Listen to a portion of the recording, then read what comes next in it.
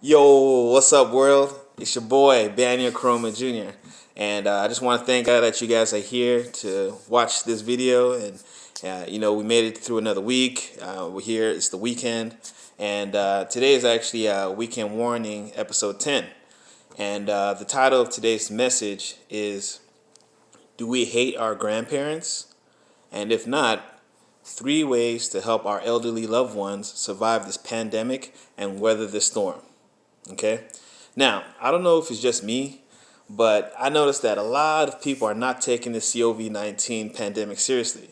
Okay? Especially a lot of these young folks. Heck, some of these grown folks for that matter. Now, I'm not talking about all of the funny memes going around because I actually like and enjoy some of them. I actually think they're actually really funny, right? But that's not what I'm talking about. What I'm talking about is the blatant disregard for the safety measures and guidelines put in place for us to actually beat and eradicate this disease. All right. In fact, by not following the national and state orders to stay in the house, avoid groups, and close contact through social distancing, we're actually going to prolong this process and continuing to pass and transmit this disease. Right. So also keep in mind that majority of the people that get the disease actually show no symptoms. So while you might think you're okay and feeling normal, you're actually spreading the disease. And the worst part is that you're probably going to spread it to those who you love the most, which are our parents and our grandparents. Okay? So we need to start taking this very seriously.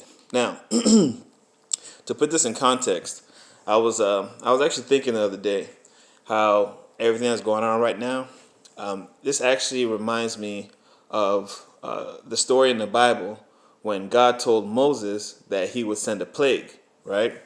Moses then ordered his people to put the blood of the lamb on the doors. That way, when the angel of death came through, right, it would know which families to spare, right? Now, let's just say that something like that happened right now, right? Would you and your family be spared and protected by staying in the house? Or when the angel of death stops by, are you going to be out partying, turn up, getting litty, and indulging in all of this worldliness, right? And then when you come back home, are you going to be bringing in that angel of death into your own household, right? You got to think, folks. That's what's happening right now. Folks, we need to start taking this very seriously. I can't stress that enough, all right? With that being said, I've come up with 3 ways to help our elderly families survive this pandemic. All right? You ready? Here we go. Now, this first one especially goes out to all my young folks out there, okay? And all my party people out there. All right? So, number 1, give up the parties and social gatherings and stay in the house, okay? Now, it's a little story time, okay? But before I go into the story, let me give you a little backstory on myself. So, for those of you who don't know, I'm personally very active in the community. My mission and my work is to stop the violence and the killing in the black community. And some of the ways I do that is by mentoring the youth. And one of the other ways I do that is by providing affordable housing, right? Now, back to the story. So, yesterday, I was, at home doing my quarantine and chill. I was in the house with my family, which is hopefully where you were, which is where we're supposed to be, right? And I was in the middle of a nice sleep, and all of a sudden my phone rings, right? Now, mind you, keep in mind this is about 1:15, 1:20 in the morning, a.m., right? Now, my first reaction was, you know what? I know no one I know is going to be calling me at 1 a.m. in the morning, right? So it's probably the wrong number. So I ignored it, right? Next thing you know, 5 minutes later, my phone rings again, right? Now I'm thinking, okay, either this is an emergency or I just need to tell this person that they have the wrong number, right?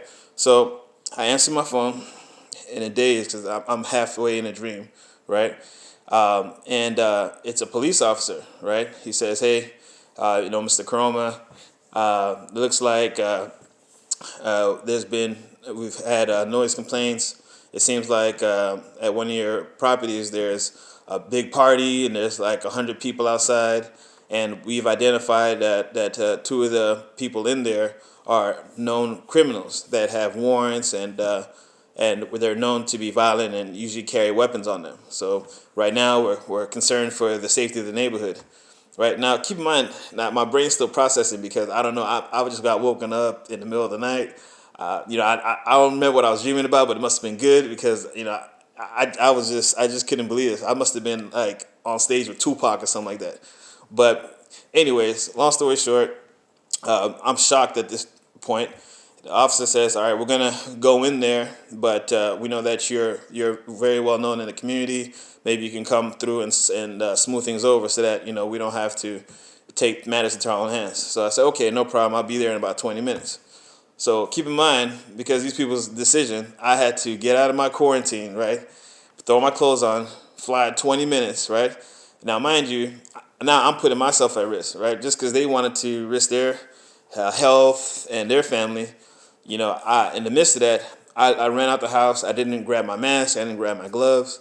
So now at this point, I'm putting my own health and my own family at risk, right? Not thinking that because, again, it's 1:30 in the morning. So I get there, and basically, there's now keep in mind there's police cars surrounding the house. Like I'm not kidding you, about at least minimum 7 police cars, right? I'm like, what's this? What's going on? So the police officer, he comes to me and says, "All right, well, we're glad you're here. We can enter now." I said, "All right, well, yes. Let me go talk to them." Right. So long story short, when I get there, I guess 2 of the suspects that they were talking about bailed out the back door, and the police, chased them down, and I don't know. They're probably in jail right now, for all I know, right? But the crazy thing is, right, is when I spoke to the tenant, I said, "Hey, what's going on? I've never had to come out here because of the police, and it's the first time." She gave me an excuse, right? You're not gonna believe this, right? Are you ready? She said that she was just having a get together because she had some family from out of town that were there to celebrate their grandparents' anniversary. Now I'm thinking, okay, there's a full quarantine out there. We're dealing with this coronavirus pandemic. Your grandparents are in that vulnerable population, and you're telling me that you just exposed all your family to this virus by having. Keep in mind, they said there was about 70 people in the house, and in the area, for fire safety, you're not supposed to have more than 4 unrelated people in the home at the time. So you're telling me she gave me the answer that she was having family from out of town, and they were just having a get together, right? Now, so keep in mind, my mind's blown that she even said this, right?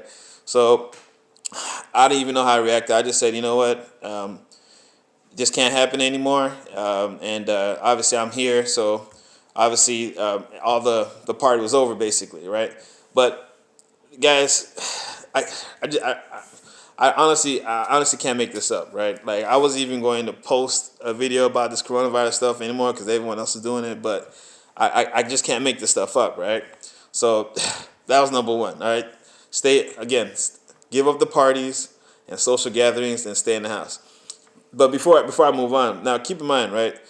There's right now nobody knows what's going to happen with their jobs, and we're supposed to be on the quarantine so we can get this thing over with, so we can get back to our lives, get back to normal, and get back to business, right? But keep in mind, instead of these, now keep in mind, they said the police said they got there. They said there was a line of people outside, so they must have been like charging at the door. So instead of doing the responsible thing, quarantine, these people decided to throw a block party, right? I know, but anyways, this is happening right now, which prompted me to make this video. So this has happened. This is very serious, and I just had to put this message out there to all my young folks and party folks. Now keep in mind, right? Some people got laid off this week. A lot of people got laid off, right? And I don't think they're showing the accurate numbers, right? So instead of being in the house and helping your parents out, trying to figure out, maybe go work a delivery job, bring in extra income, these people would rather expose themselves. They were charged on the door, so they probably paid to get into the party, pay for gas to get in there. You know, they had alcohol there. There was marijuana everywhere, drugs, everything. You know, all that for what, right? Just to have a good time. You see my point here? So, guys, we got to make young folks and party people. You need to make better decisions. Don't be selfish. Put your grandparents and your family's health first. Now, keep in mind those. Remember, I told you the two suspects that got locked up. Who do you think they're gonna call to bail them out? Right? You think the homeboy's gonna bail them out? No. It's usually always the same people that you're hurting, which are your parents or your grandparents. Right? Now, just like I had to jump out of bed in the middle of the night to handle this issue, the same people that you say you love, your parents or grandparents, they had to leave their quarantine to come bail you out of jail and spend more money when instead of that money that should be going to food and rationings, now they're spending that money to bail you out of jail for your selfishness and your decisions. See my point? Anyways, let me stop because I can go on this topic, right? So that was number one, give up the parties. All right, number two, call and check on your elderly family, right? So obviously you want to just check and make sure they're doing well, but also some things you can do is offer to order groceries for them through one of the online delivery services. You know, obviously Grubhub. There's, you know, all sorts of apps that deliver food, groceries. Heck, yeah, I think even Walmart delivers now, right? So offer to do that for them, right? Order the food. That way they don't have to leave the house and get exposed. You can offer to put gas in their car, all sorts of stuff, right? And then while you're offering to do those errands so that they don't have to leave, make sure that you're not exposing them to the virus, right? Which is basically number three. Avoid direct contact with your elderly family, especially if they already have some pre-existing conditions. By all means necessary, okay? So basically some simple tips. I'm sure you better, if you haven't heard, you should know about this stuff, but I'll remind you. If you're running errands, sanitize everything that you bring back to them, right? The bags, everything that you touch, right? Also remember to always wear gloves and wash your hands, right? And also, obviously, practice social distancing, right? Even with your loved ones, right? Especially if they're elderly and at risk, okay? So that was basically the three. So to review, the three ways to help our elderly family survive this pandemic are, number one, give up the parties and social gatherings and stay in the house. Number two, call and check on your elderly family and assist with outdoor errands, right? And number three, avoid direct contact with your elderly family, especially if they already have pre-existing conditions, by all means necessary, okay? So that's about it. And to sum it up, basically, let's stop being selfish, okay?